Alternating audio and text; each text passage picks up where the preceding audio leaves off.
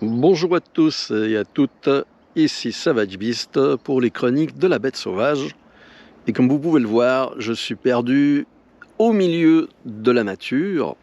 Mais en fait, je suis quand même émerveillé parce que nos ancêtres prenaient soin de la montagne et en faisaient des terres cultivables. Imaginez-vous ces murs, je ne sais pas de quand ils datent, mais il n'y a pas de joint, il n'y a pas de ciment, il n'y a rien, et ça tient.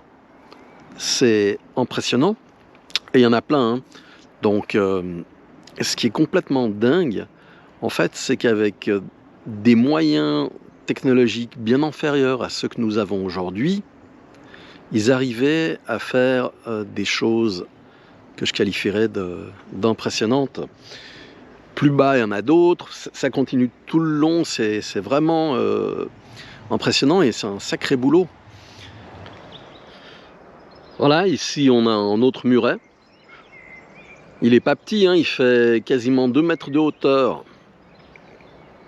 Et tout ça permet de tenir la terre d'une manière efficace. Tout ça, avant, c'était cultivé. Maintenant, donc, comme vous voyez, toutes les broussailles ont poussé de tous les côtés. Ça, si on incendie, une petite flamme, eh bien, ça crame comme c'est pas permis. Auparavant, c'était entretenu avec des chèvres, des moutons qui passaient, qui mangeaient les herbes. Et puis, bah, ça donnait pas l'abandon dans lequel on a laissé les montagnes, la forêt.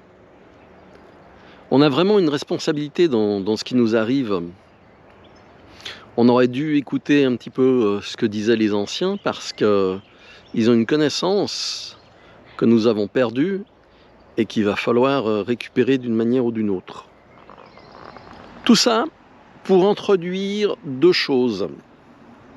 La discipline, mais aussi une expérience sociale que j'ai faite, enfin on va dire deux petites expériences sociales que j'ai faites lorsque j'étais à l'aéroport pour prendre mon vol et venir en Espagne.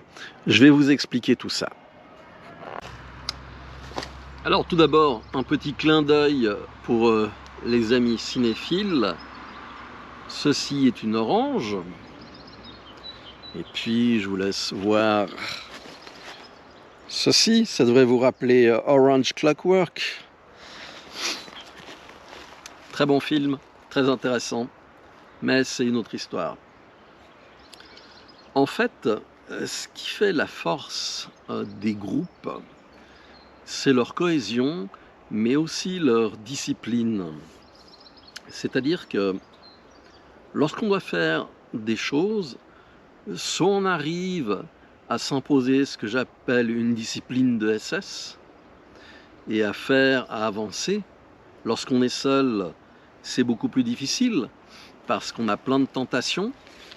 Il y a l'ennui, il y a la répétition, il y a le fait que ce ne sont pas forcément des tâches agréables, mais il faut quand même les faire. Or, les gens, à l'heure actuelle, ont totalement perdu le sens de la discipline. Et ça, j'ai pu le constater à Genève. Et ce qui était curieux, en fait, c'est que par rapport aux autres fois où je prenais l'avion, le comportement humain a basculé. Le comportement humain a changé énormément. Avant, il y avait un minimum de respect, un minimum d'organisation. Et là, on est dans la fête du n'importe quoi. Je m'explique. J'arrive au contrôle pour passer les rayons, voir si on a des objets interdits, etc., etc. Et une dame devant moi, on lui pose la question si elle a des liquides avec elle. Réponse, non, j'ai rien du tout. Ça passe au scan. Évidemment, il y avait des flacons avec des liquides, plus de 100 millilitres. Bref, ça a été confisqué. On lui a dit, mais pourquoi vous ne l'avez pas dit? toutes des histoires. Arrive mon tour, et puis le gars qui s'était déjà bien énervé avec cette brave dame m'a dit « Et vous, vous avez des liquides ?» Je regarde tout à fait tranquillement, je dis « Non, des liquides, non, mais des explosifs et des grenades, oui. » Alors là, il y a eu un silence. Voilà, on arrive à la fin de la première partie de la vidéo. C'est une partie qui est mise à disposition sur YouTube pour tout le monde, de manière à ce que vous puissiez voir le contenu de ce que je fais. Si la vidéo vous a intéressé ou d'autres contenus qui sont disponibles en libre accès sur YouTube, mais qui ne sont pas complets, et bien pour voir ces deuxièmes parties, qui sont en règle générale voire de 1/3 à carrément le double de ce que vous avez pu voir et entendre, eh bien il faut aller sur mon Patreon, Savage Beast Prepper, et donc vous inscrire pour la modique somme d'un café par mois. Vous avez accès à l'ensemble de mes vidéos qui sont sans coupure, qui sont longues, et cela m'aide donc à remplacer le matériel, à me déplacer, à rencontrer des gens, car tout cela a un coût. Vous imaginez bien, et je dépends de vous. Merci à tous ceux qui participent et qui nous rejoignent sur Patreon. Vous verrez, il y a pas mal de monde avec qui vous pouvez discuter. L'ambiance est bon enfant, c'est vraiment en plus. Je vous retrouve là-bas. À très bientôt. Ciao.